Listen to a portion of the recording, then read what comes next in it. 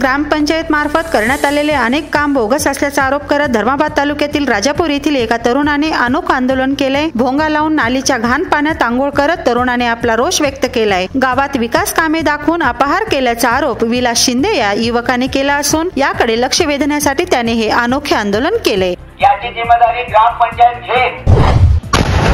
नांदेडमध्ये गोदावरी नदीतून रेतीची मोठ्या प्रमाणात तस्करी सुरू आहे। या तस्करीला आळा घालण्यासाठी नायगाव तहसील कार्यालयाने धाडसी कारवाई केली आहे। रेती उपसा करणाऱ्या बोटी आणि इतर साहित्याचा नदीपात्रातच स्फोट घडवत हे साहित्य जाळण्यात आले। या कारवाईत रेती तस्करांच्या लाखो रुपयांच्या मशिनरी जळून खाक झाल्या आहेत। त्यामुळे रेती चोरांचे कंबरडे मोडले असून प्रशासनाच्या या धाडसी कारवाईचे स्वागत होते।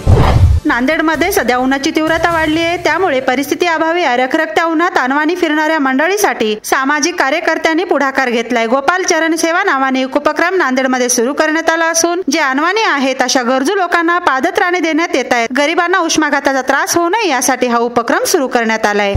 नांदेड शहरात सर्वच महापुरुषांचे पुतळे आहेत, मात्र छत्रपती संभाजी महाराजांचा पुतळा नाहीये। याकडे सकल मराठा समाजाच्या कार्यकर्त्यांनी पालकमंत्री अतुल सावे यांचे लक्ष वेधले। नांदेड शहरात छत्रपती संभाजी महाराजांचा पुतळा तातडीने उभारावा अशी मागणी सकल मराठा समाजाच्या कार्यकर्त्यांनी पालकमंत्री यांच्याकडे केली आहे। यावेळी पालकमंत्री सावे यांनी मागणीला सकारात्मक प्रतिसाद दिल्याचे कार्यकर्त्यांनी सांगितले। नमस्ते नांदेड, नमस्ते नांदेड, जीवा भावाचं नाव। नमस्ते नांदेड, गरजे आपले नाव। नमस्ते नांदेड।